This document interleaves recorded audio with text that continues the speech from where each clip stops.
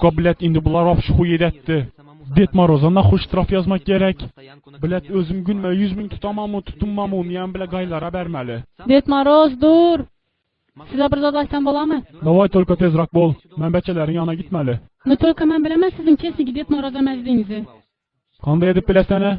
Думаешь? Men indi ondayım kichkine beçeme de size inanıp. He mala desek yani. Ne Tolka men bilemez sizin kesinki Ded Moroz'un yanında işledir onunuzu. Hova doğray dostsan. Men ağa Murat. Bahar 36. domda yaşaman. Damaşından beri men bereyim mi? Yok aydanların yetedi. Haydalam toka yattan çıkarmam. Bana padarkanın deregine. Enem dedemler izna kaytarsın boldu. Başka zat gereyemez.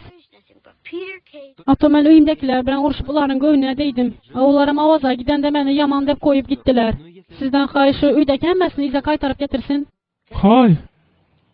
Обязательно aydaman. Spasiba. Dur Karaşalı. Ben hemen padarkan beçelere paylap bolantım. İstat gereyemez. Yok hatayına şunu bir al. Kim Ded Moroz'un önünden çıksa şoyam şonu padarkasını almalı. Ana malades. Kara Tolka yamana miyatını zat. Bilemem sağ olun.